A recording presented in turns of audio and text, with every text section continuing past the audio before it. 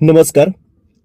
आषाढी वारीनिमित्त लाखो नाही तर करोडोच्या संख्येने भाविक भक्त पंढरपूरला जातात. आणि अशाच एका वारीची एक गोष्ट तुम्हाला सांगतो. गोष्ट आवडली तर पांडुरंग हरी पांडुरंग हरी अशी कमेंट नक्की करा. चला तर मग गोष्टीला सुरुवात करतो.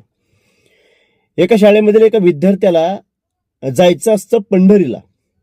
तो विद्यार्थी दरवर्षी वारी आली की त्याचं एक इच्छा असते की मी वारीला जाणार. आणि तो प्रत्येक वर्षी आटास करून त्या विठ्ठलाला मागणं मागत असतो की मला वारीकडे जायचंय. आणि हा सगळा प्रकार पंढरपूरचा विठ्ठल त्या विठेवर उभा राहून संपूर्ण पाहत असतो. मग पंढरीचे पांडुरंग ठरवतात की ह्याला आपण वारीला घेऊन जायचं बरं का. मग कसं? तो विद्यार्थी प्रत्येकाला सांगत असतो, शिक्षकाला सांगत असतो, घरात सांगत असतो, मित्रांना सांगत असतो की मला वारीला जायचं. मग काय होतं माहितीये का? विद्यार्थी म्हणतात, त्या विद्यार्थ्याला म्हणतात की तू सरांना विचार, तुला वारीला जायचंय म्हणून. तो विद्यार्थी उठतो शाळेतून, शिक्षकाला म्हणतो सर मला वारीला जायचंय. मग शिक्षक काय म्हणतात माहितीये का? अरे तुला रोजचा अभ्यास होत नाही, शाळेत लक्ष देऊन शिकत नाही आणि तुला वारीला जायचं आहे, गपचूप बस म्हणतात एका ठिकाणी. मग नंतर काय होतं? शाळा सुटते. साक्षात विठ्ठल परमात्मा त्या शिक्षकाच्या रूपामध्ये येतात, त्या विद्यार्थ्याला पैसे देतात आणि सांगतात जा म्हणतो तू वारीला जा, तुझी इच्छा आहे ना वारीला जायची, तू बिनधास्त जा वारीला. आणि तो विद्यार्थी नाचत गात विठ्ठलाचं नामस्मरण करत त्या वारीमध्ये शिरतो, तो वारीला जातो सुद्धा. शाळा इकडं रेग्युलर चालू असते, तो विद्यार्थी येत असतो. मग अक्षरशः काय होतं माहितीये का? तो विद्यार्थी त्यांच्याच शाळेतल्या एका शिक्षकाला वारीत दिसतो पंढरपुरामध्ये. मग वारी परत येते पंढरपूरवरून गावाकडे.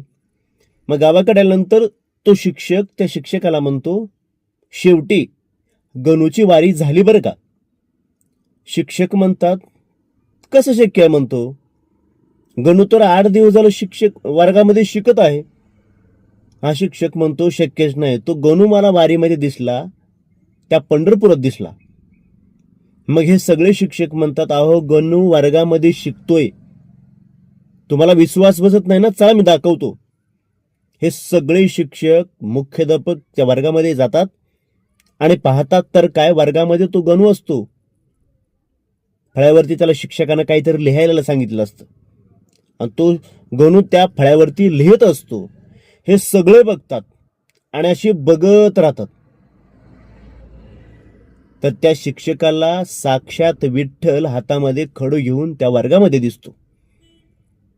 हे सगळे नतमस्तक होतात, पाया पडतात. तर त्या ठिकाणी विठ्ठलाची पादुका फक्त राहते, विठ्ठल तिथून अदृश्य होतात. सांगायचं तात्पर्य काय? प्रत्येकाला वारीला जायचं असतं, कुणाच्या पैशापोटी कुणाला जाता येत नसतं, तर कुणाला इतर कारणामुळे जाता येत नसतं. पण वारी मनात हवी लागते. जर वारी तुमच्या मनामध्ये असेल तर साक्षात विठ्ठल तुमच्याकडे येतो आणि तुम्हाला वारीला घेऊन जातो. विचार करा, तो शिक्षक म्हणतो मी नशीबवान आहे म्हणतो, साक्षात माझ्या रूपात येऊन त्या गण्याला, त्या विठ्ठलाने, त्या पांडुरंगाने पैसे दिले आणि त्या गण्याला वारीला लावलं. आणि साक्षात विठ्ठल माझ्या वर्गामध्ये 4 दिवस माझ्या समोर होता.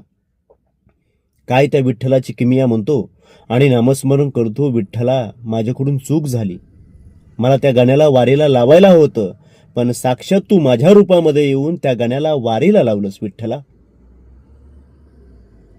अशी ही गोष्ट विठ्ठलाची आहे. तुम्हाला विठ्ठलाची गोष्ट कशी वाटली यावर आपल्या प्रतिक्रिया नक्की कळवा. प्रतिनिधी राहुल गुरव, DR न्यूज.